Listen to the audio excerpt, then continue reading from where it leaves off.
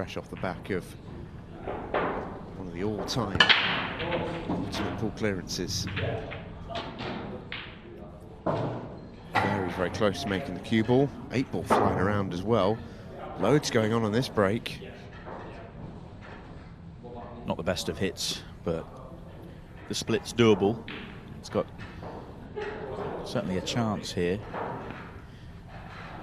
Could go either way. Tricky opening ball if he wants to go reds. The yellow does pass the red to the top left, so all the yellows have a pocket. The yellows are by far the better layout. It's, for me, can you play the yellow to top left and sort of graze it off the red to open up the 8-ball, or do you need to play into the 8-ball in a different way?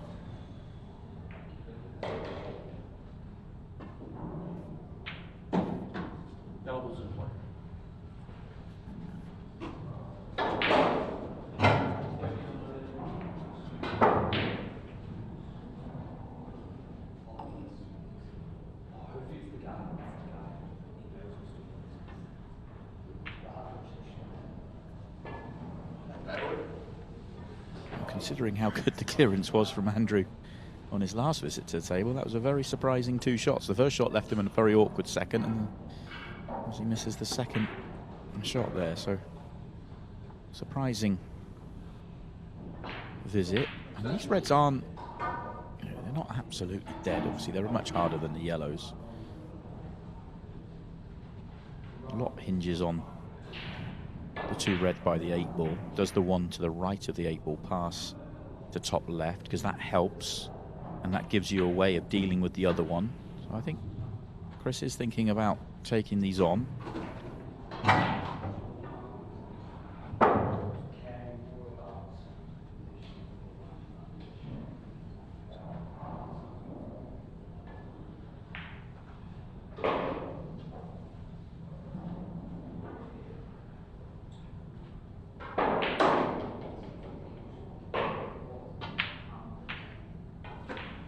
He went for the 3-ball plant in the end, which was a clever way of going, but not executed very well. Good things have happened for him, though. The red's got in front of the yellow and the 8-ball, so it's a much tougher chance this time round for Andrew than it was first time round. That's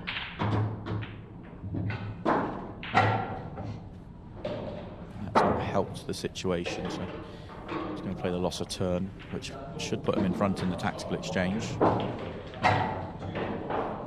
And if the 2 yellows are set as a plant, if they look like they are, then that's a very good thing for him.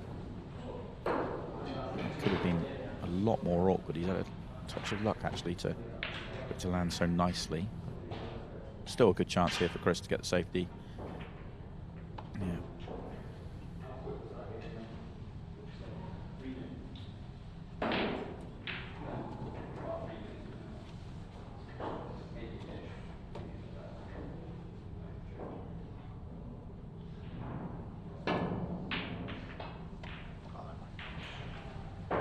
Fully Castaldi's chance now then. Love to take the left hand one of the 2 reds. Looks like it goes comfy. Just come on and off and then get rid of the other one and come down. Should get these.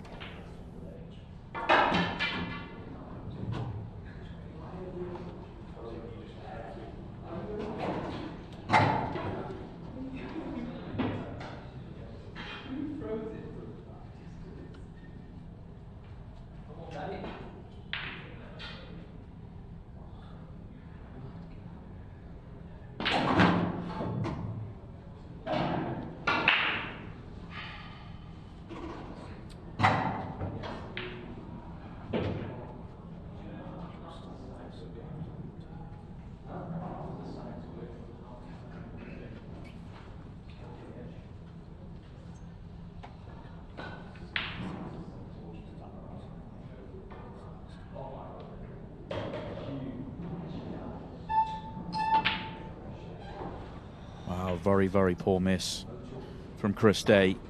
It really was. Maybe he should have been better on it, but to miss like that, this is a wide.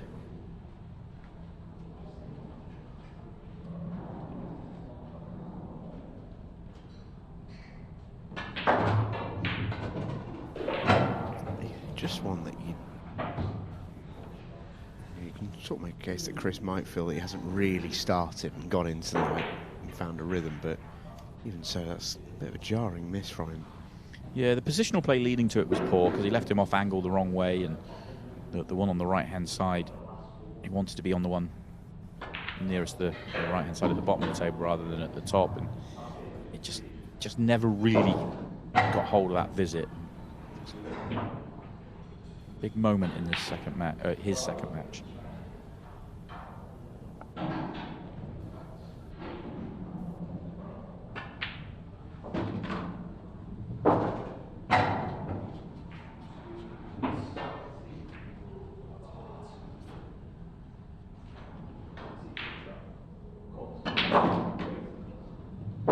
Left it a touch straight, so really forcing it just to widen the path of the cue ball there.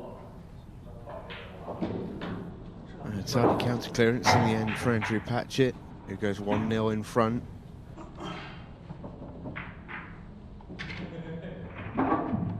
He's on some run in this year's tournament.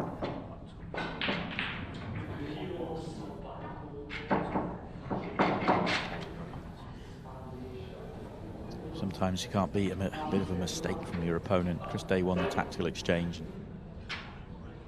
Ultimately just didn't take the spoils for winning that tactical exchange. The story in his opening match was the break wasn't working for him. He is going to stick with the same break though, and it's still not working for him. Should the tinkerer start tinkering?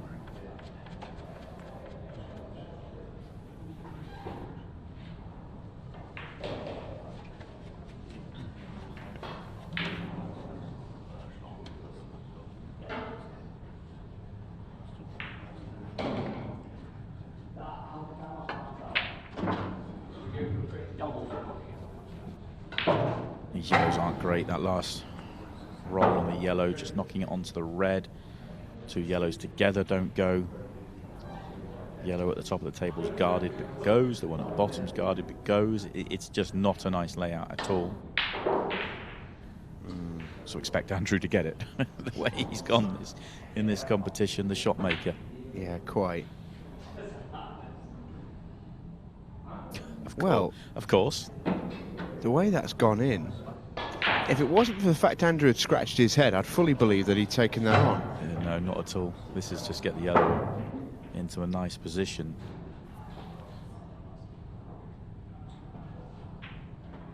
Just a little container. Loses the yellow, which will irritate him a little bit because balls are like currency on the table at this stage in a tactical exchange.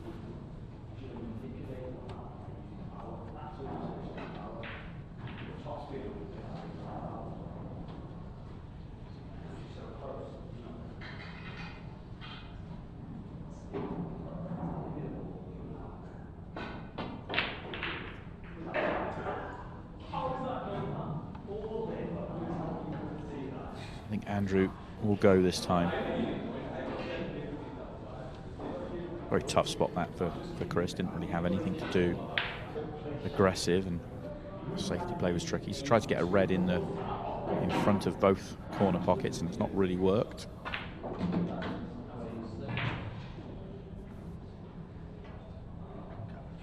Nor is that. Not sure which yellow he was trying to open up. In the end, he's done neither.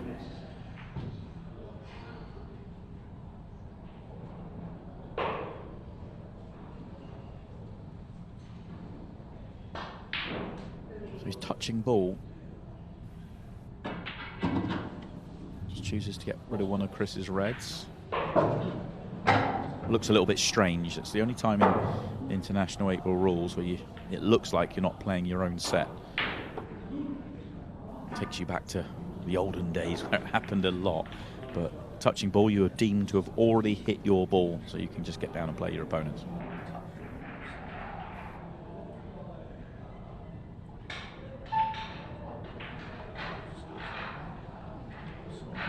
Chris going to try to get a red in the mix and make the yellows tricky.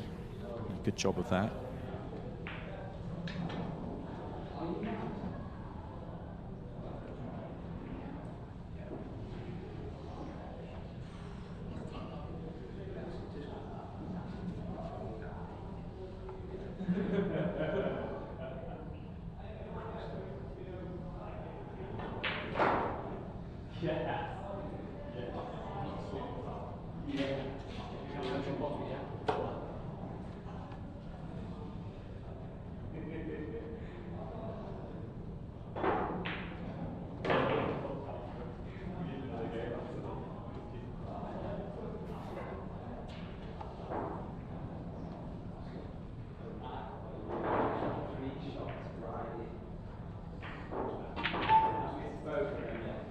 This is dangerous. This is dangerous.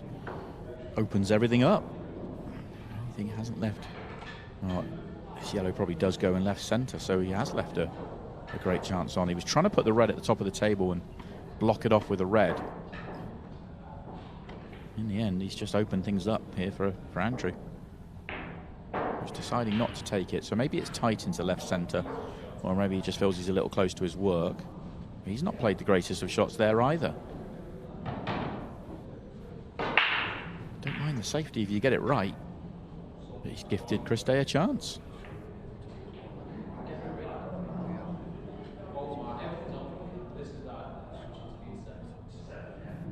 Still problems on reds though.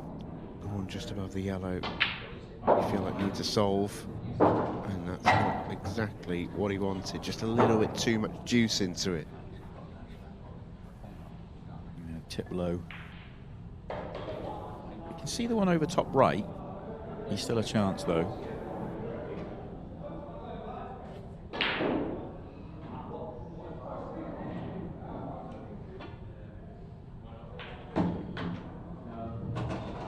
It stops, it's perfect. Oh, that is absolutely perfect. Yeah, considering he played a few ball rolls further than he needed to in his last shot, that is pin perfect from 𝗧𝗃𝗃. You can play the cannon or you can play short side position here.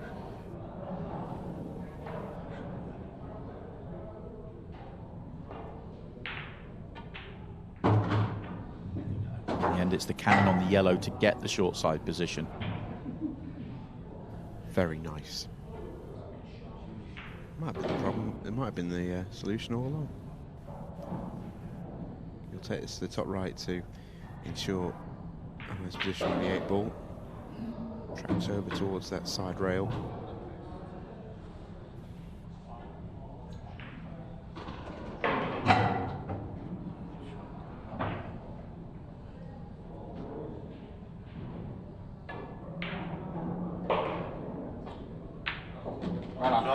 Goes the 8-ball for 1-1, and CD really needed that. It wasn't an absolute sitter of an 8-ball. Big moment for him to make that clearance on the back of a poor safety shot from Andrew. I feel like the ball did go in the centre, it was just a little close to his work. And playing safe, you've got to get it right. You can't leave the gap. Otherwise, you just feel like you should have gone.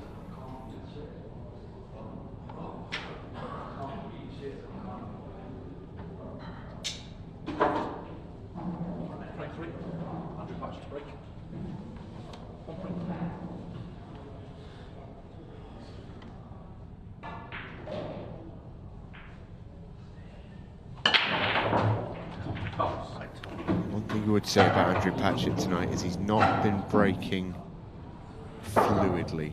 Cue ball's been a bit all over the place. He's been breaking hard, but you feel like that in-off has kind of been due. He's giving a very good chance here to 𝗧𝗃𝗃. When it flies into the centre like that, it's a poor break. I think Chris is going to go reds. He could go yellows, but I think it'll be reds. And then it's just a little bit of work in and around the triangle area.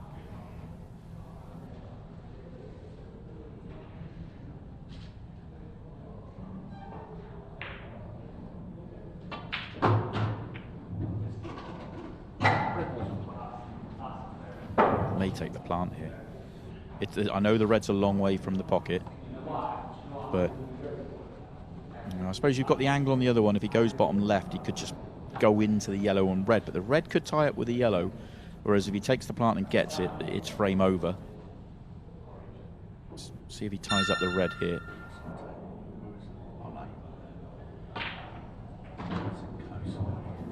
He's okay. It's actually worked out nice.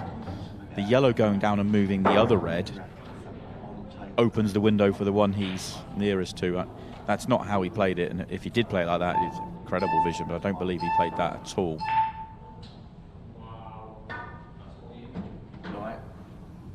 He'll take it, mind. Oh, absolutely. Great opportunity here to go 2-1 in front. And the important thing as well is whilst he drew his first match, Christe, he didn't get the win. If he wins this one, he'll go top of the group. Also keeps everybody alive and keeps the four-way six-red shootout alive. Don't tempt me with a good time. Whisper it. It keeps the four-way six-red shootout alive. Oh, you didn't mean literally? I did not. John ASMR, everybody, in which case.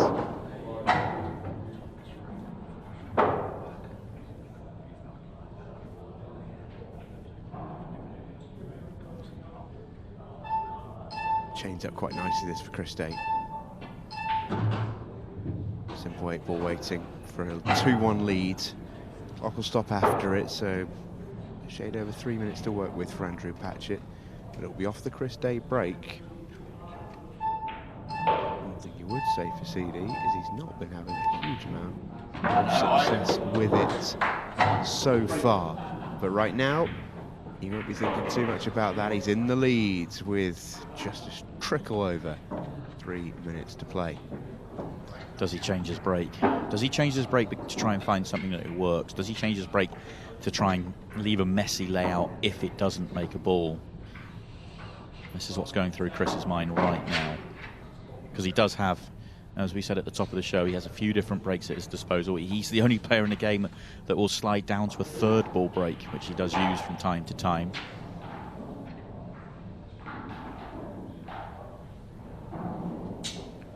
What does Chris decide to do? Well, he says it's not time to make a change. Staying with the original.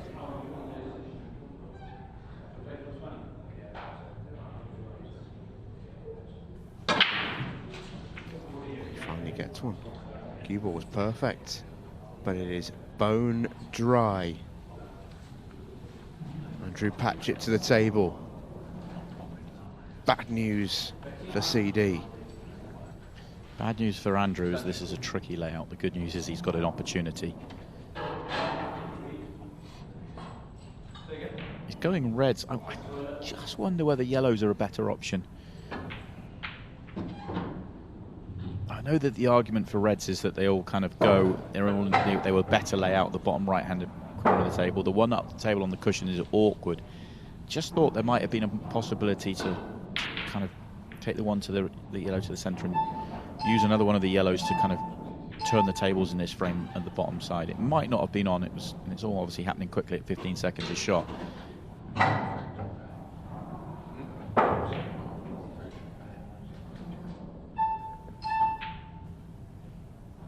Played the first few shots in this visit brilliantly. The first shot really made reds even better, but it is still going to come down to landing nicely on the one on the cushion and making it.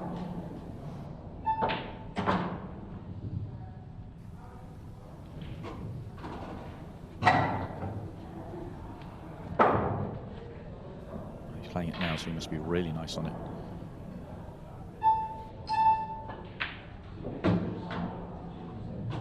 He was just a touch too straight. That was the problem there. You could have done with that being an extra 2-3 rolls up the table, and then you float it in and you're guaranteed to be further to the left-hand side on the one at the top of the table. Helpfully for him, he had a lot of room in the middle of the table to land. Thin snick, 8 ball waiting.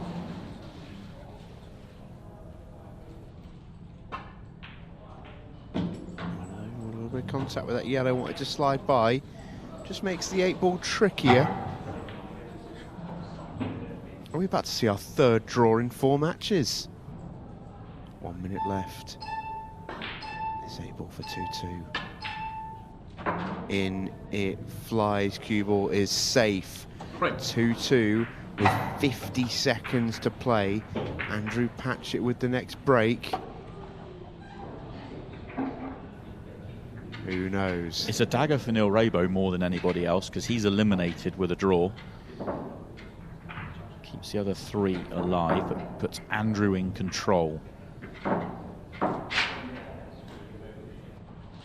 has the next break as well. He could yet improve his position.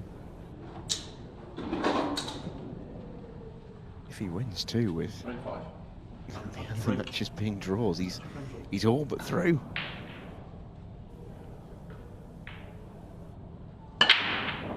Big break, best cue ball he's hit. Gets a ball, has a chance. 45 seconds with which to work.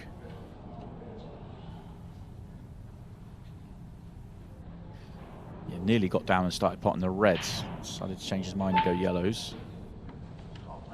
Misses. What's he got? 30 seconds. Well, Chris Day will have been thinking while he was in that chair, how am I going to go if he misses? He's already had a buzzer beater in this tournament. He may go close to another.